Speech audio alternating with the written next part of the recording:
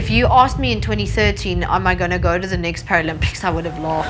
Now she set her sights on Tokyo. There was a point in my high school career where I hated athletics. I didn't want to do it at all. Louzanne definitely changes the way you see things. She changes your world. The relationship between guides and blind athletes are very special. Every time you go for a run, you have to trust that person completely. She opened up a different world when it comes to running. I definitely think it's good for me to have started much later with athletics because I think I have a lot more years left to compete at elite level. There's a lot of times and elements and aspects where you train in hope. You prepare for the worst and you hope for the best. I was in a good shape when I got to Rio. Everything literally went perfectly. And then when we were running the heats, we got disqualified because of a technical error. Not to send athletes. Olympics have been postponed. 2020 Summer Olympic Games will be postponed until summer 2021. We realized that we were going to Tokyo the day we got our second negative COVID test back. It's 2 days before you need to travel and you're still uncertain whether you are going. You need to start and make your own life a success. Nobody's going to do it for you. If you're going to sit around and wait for that success to come, it's never going to come.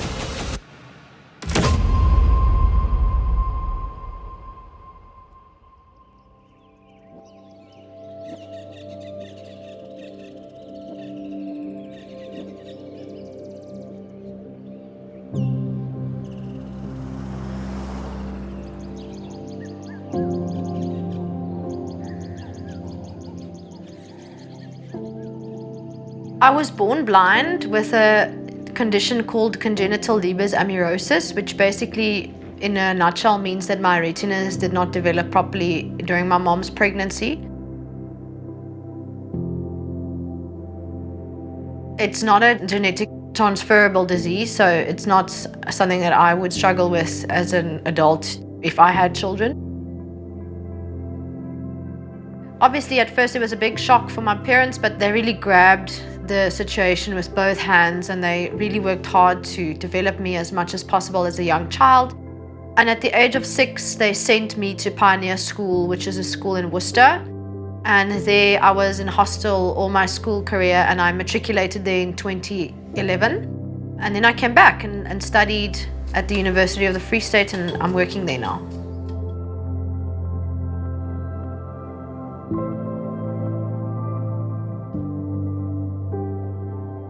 It's nice to be closer to my parents and my family again because that was very tough growing up since the age of 6 being away from home.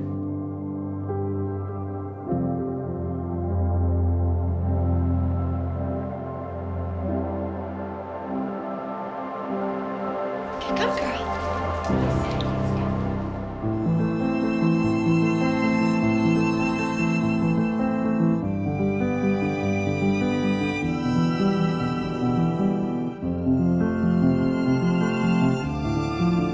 It was very important to my parents to make sure that I was an independent child and became an independent adult.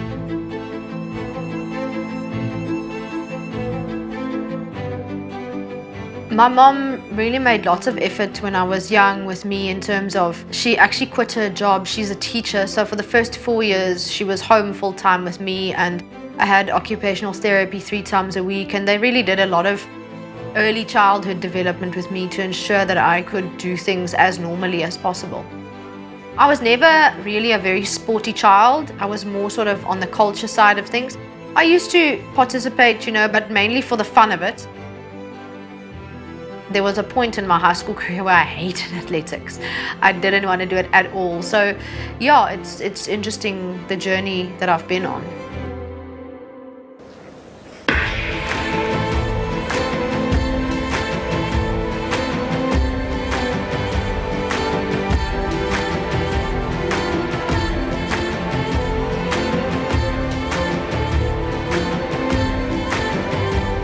I definitely think it's good for me to have started much later with athletics because I think I have a lot more years left to compete internationally and to sort of compete at elite level. I think you can carry on as long as your mind and your body is ready to do so. The fact that I got into it later also sort of meant that my parents weren't as involved, because I actually got into athletics as an adult, and I didn't experience a lot of the pressures many athletes at school level face from parents and teachers and stuff. In what is one of sport's most unique professional partnerships, Claus is literally Louzanne's eyes every step of the way.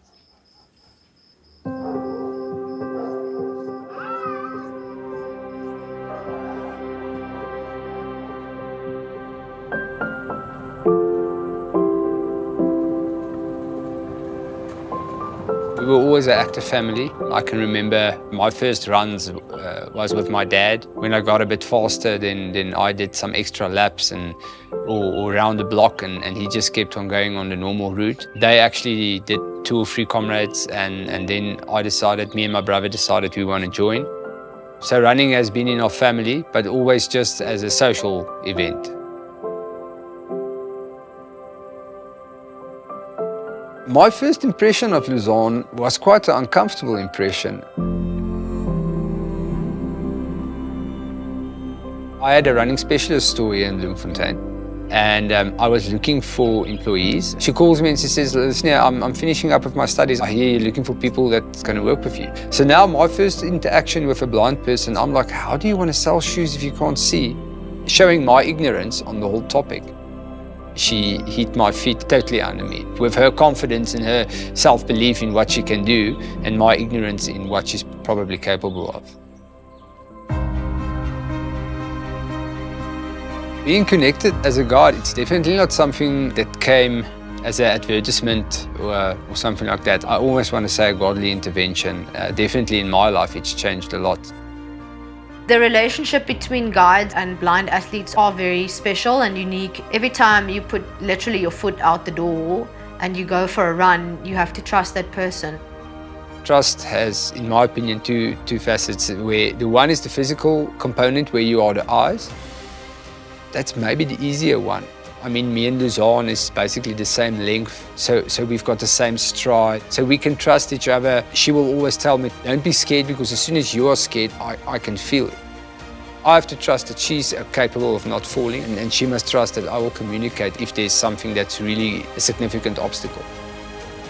I think the more important thing for me when it comes to trust is about the relationship. When you do morning trainings, when you do late trainings, you go through tough times, great times as well. And you share that with that person. And sometimes you share insecurities or you share frustrations. That can only happen if you trust that person to nurture that moment and hold it with you. I think one of the most important parts of any sort of guide-athlete relationship is the fun element of it, and running should always remain like enjoyable and fun, and you should be able to laugh together, and you should be able to share the good moments and the bad moments. So you really have to be comfortable with the other person, and it's a very unique relationship. It's almost like having an older brother. I'm just blessed to be able to say that I'm running not only with somebody that's a great athlete, but is also a friend.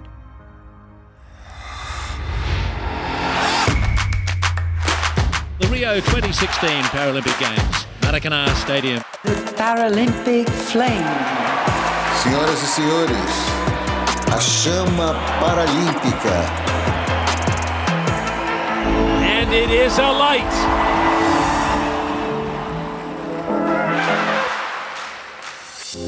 If you asked me in 2013, am I going to go to the next Paralympics, I would have laughed. So the Rio Games, it was always a if I go, if I don't go, because I literally only was running since 2013, so it was never a given that I was going to go to Rio. Coetzee with a lifetime best by around 4 seconds. She comes through in 3rd place for South Africa. So the leading up to Rio, everything went smooth. I was in a good shape when I got to Rio. Everything literally went perfectly. And then at Rio, when we were running the heats, we actually would have qualified with the 2nd fastest time, and we got disqualified because of a technical error, and it was nobody's fault that the error happened, but it happened. There's been a disqualification by the looks of it. Coetzee has been disqualified, and it may have been the case of her guide helping her over the line. There will always be a little bit of blame for myself because I didn't know the appeal rules and I didn't know. You obviously don't go to a race thinking you're going to get disqualified, and I wasn't prepared enough to know exactly what to do afterwards. So I was very emotional afterwards, and if I just for that half an hour focused a bit more on what I actually needed to do and what I could do to change the situation, things might have been different. But I think the disqualification, it made me grow as an athlete. It was very disappointing at the time. I went through I want to say a grieving process because there was something and then all of a sudden it was taken away, and it's not like you didn't just reach a final. It was like you never ran because you were disqualified. So your time doesn't count, nothing counts. You don't go onto the world rankings, nothing. So ultimately, I think it made me grow as an athlete. I realized that I can either give this thing a negative spin-off or I can give it a positive spin-off.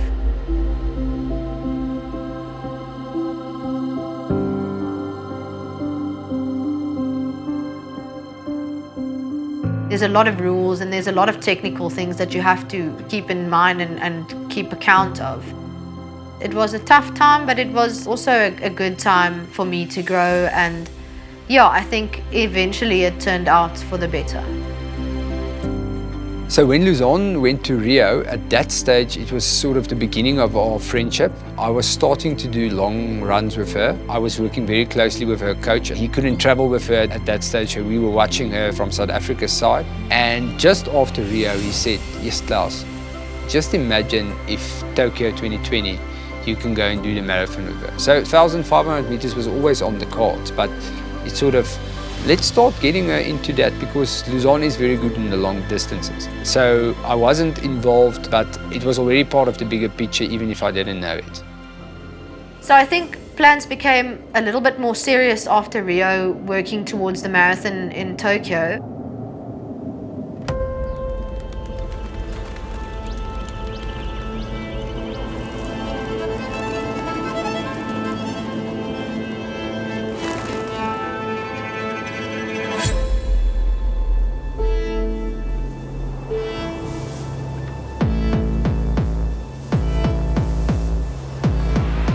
The marathon has always been sort of a distance that challenges me.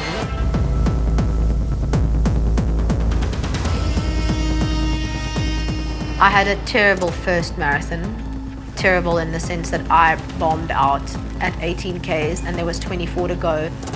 It was in Soweto. It was just not a good experience, and since then I've sort of feared marathon.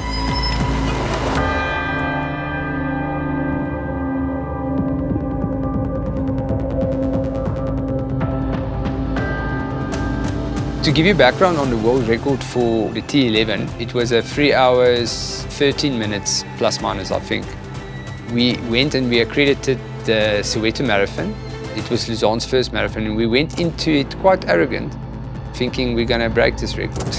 And the Soweto came and it broke us. And we realized, okay, we actually need to go in with more than just a few long runs, and we need to go in with a game plan. Some strategies that we include is we discuss a race and we have quite a detailed race plan.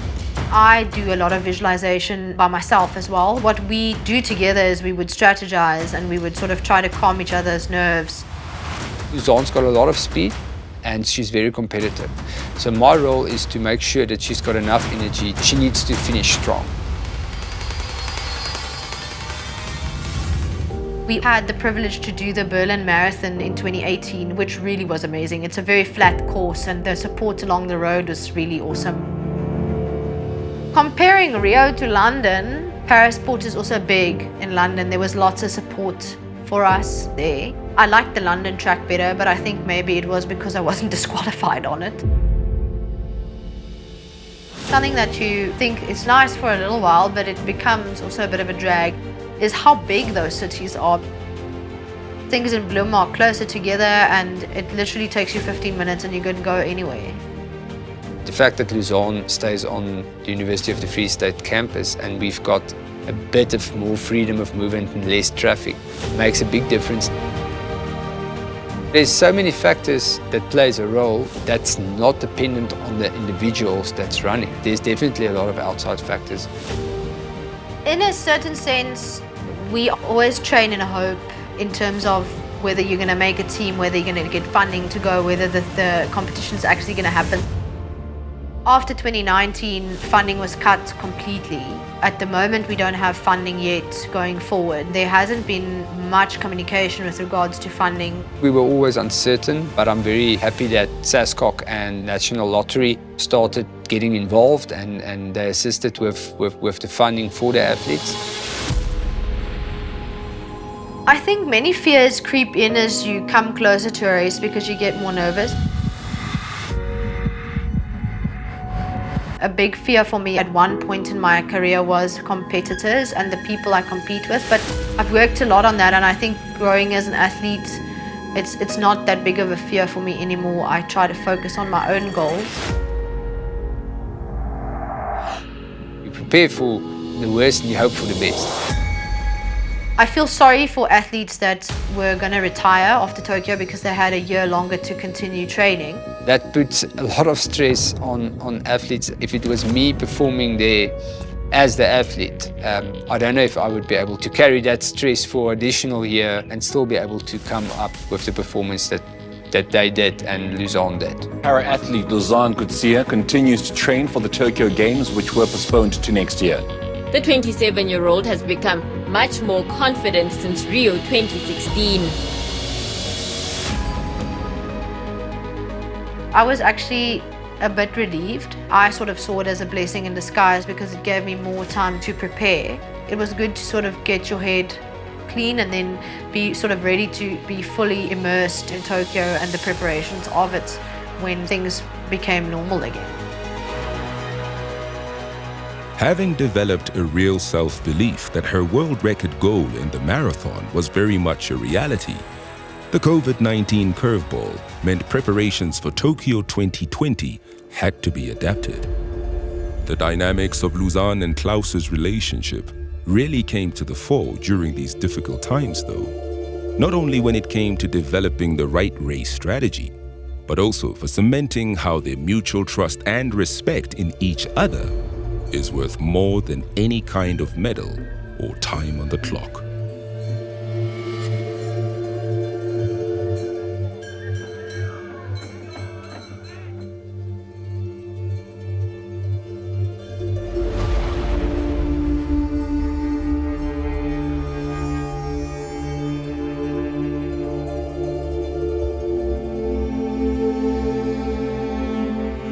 We realized that we were going to Tokyo the day we got our second negative COVID test back, because it was just before the third wave. It's 2 days before you need to travel and you're still uncertain whether you are going.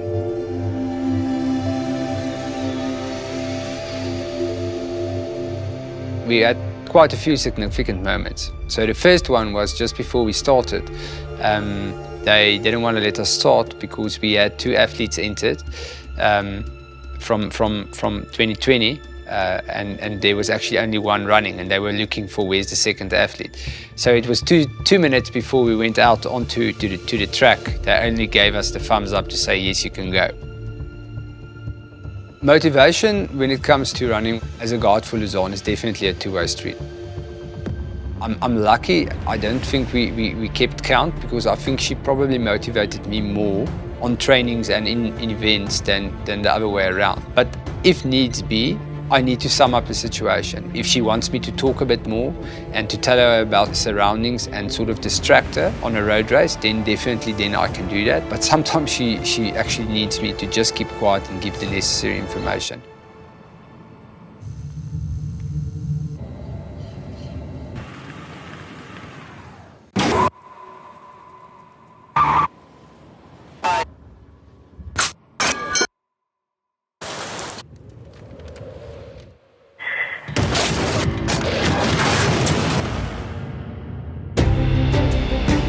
In Tokyo, with the marathon, at one stage we were alone in one of the busiest streets, and I just told her what a blessing it was. And afterwards, We both realized it was a motivation moment. It wasn't intentional, but we both experienced it as a moment of motivation. You need to adapt to make your runner have freedom of movement. It's about the athlete being able to run at her or his ability. Halfway in the race, I can feel Louzanne is next to me like a little feather. She wants to go. The lady in front looks strong, but number 2 and 3 look tired. We're going to do this. We're going to get the record. We're going to get the medal. And then about 4Ks to go, I started cramping. From her side, she's very generous in the sense when I struggle and when she's stronger than me, that she doesn't get agitated, she doesn't get angry at me. She will then motivate me. Just makes me more tired, but she tries. I think how I'm able to trust others is I don't overthink things. If I trust you and something goes wrong, I wouldn't blame you. So I think for me, going into a relationship with an open heart and an open mindset and not overthinking how you're going to let me down, but rather focusing on what benefits there will be from the relationship and what value it will add to my life and to the other person's life, I think that's key. So now it's another moment of, oh shucks, don't lose this, don't do this. It's not over until it's over. We just need to keep our composure and need to focus on getting the few technical stuff correct, because you can get so caught up in the moment that I do something stupid and maybe cross the finish line before Louzanne or something like that. The last part was also a bit of concentration, but it was wonderful. We did 2 laps around the track in the Tokyo Stadium.